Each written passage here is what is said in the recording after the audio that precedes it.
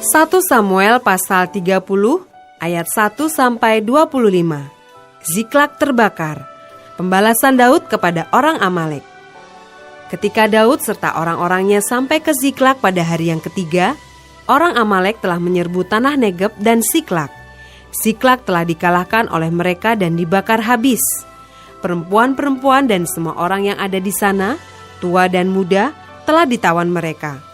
Dengan tidak membunuh seorang pun, mereka menggiring sekaliannya, kemudian meneruskan perjalanannya. Ketika Daud dan orang-orangnya sampai ke kota itu, tampaklah kota itu terbakar habis, dan istri mereka serta anak mereka yang laki-laki dan perempuan telah ditawan.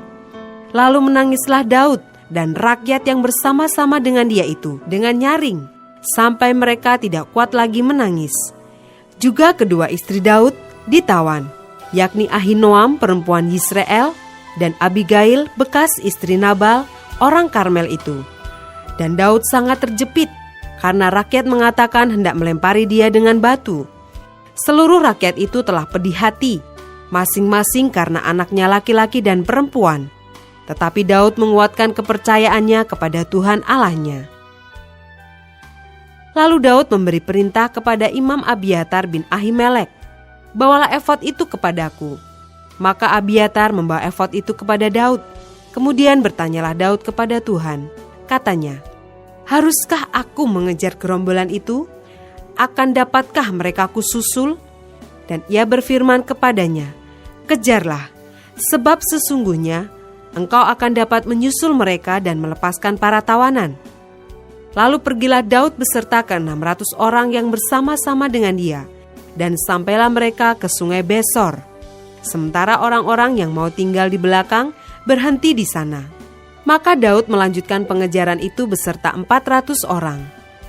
200 orang yang terlalu lelah untuk menyeberangi sungai Besor itu berhenti di sana. Kemudian mereka menemui seorang Mesir di padang, lalu membawanya kepada Daud. Mereka memberi dia roti, lalu makanlah ia. Kemudian mereka memberi dia minum air, dan memberikan kepadanya sepotong kue ara dan 2 buah kue kismis. Dan setelah dimakannya, ia segar kembali, sebab ia tidak makan dan minum selama 3 hari 3 malam. Kemudian bertanyalah Daud kepadanya, "Budak siapakah engkau, dan dari manakah engkau?" Jawabnya, "Aku ini seorang pemuda Mesir, budak kepunyaan seorang Amalek. Tuanku meninggalkan aku, karena 3 hari yang lalu aku jatuh sakit. Kami telah menyerbu tanah Negeb orang Kreti, dan daerah Yehuda, dan tanah Negeb Kaleb, dan Ziklag telah kami bakar habis." Daud bertanya kepadanya, "Dapatkah engkau menunjuk jalan kepadaku ke gerombolan itu?" Katanya, "Bersumpahlah kepadaku demi Allah, bahwa engkau tidak akan membunuh aku, dan tidak akan menyerahkan aku ke dalam tangan tuanku itu. Maka aku akan menunjuk jalan kepadamu ke gerombolan itu." Ia menunjuk jalan kepada Daud ke sana, dan tampaklah orang-orang itu berpencar-pencar di atas seluruh daerah itu, sambil makan, minum, dan mengadakan perayaan karena jarahan yang besar yang telah dirampas mereka dari tanah orang Filistin dan dari tanah Yehuda. Dan pada keesokan harinya, Daud menghancurkan mereka dari pagi-pagi buta sampai matahari terbenam. Tidak ada seorang pun dari mereka yang lolos, kecuali 400 orang muda yang melarikan diri dengan menunggang unta. Daud melepaskan semua apa yang dirampas oleh orang Amalek itu. Juga kedua istrinya dapat dilepaskan Daud.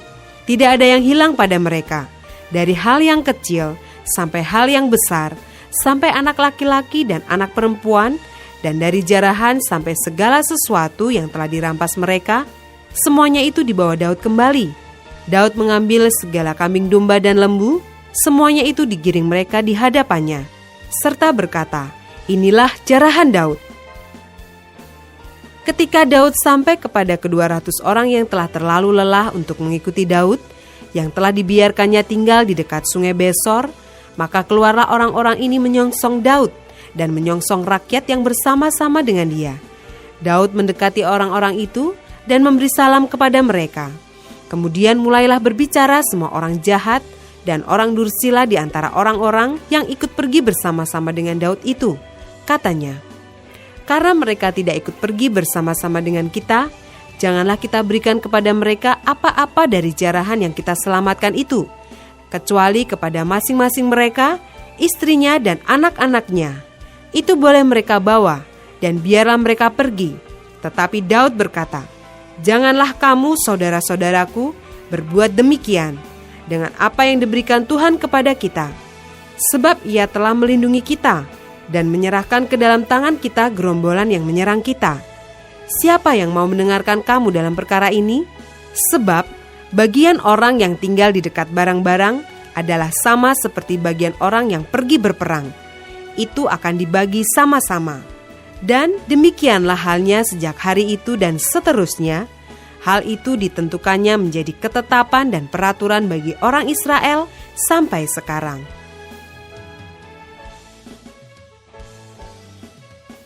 Ayat 26-31, Daud mengirim pemberian kepada para tua-tua di Yehuda.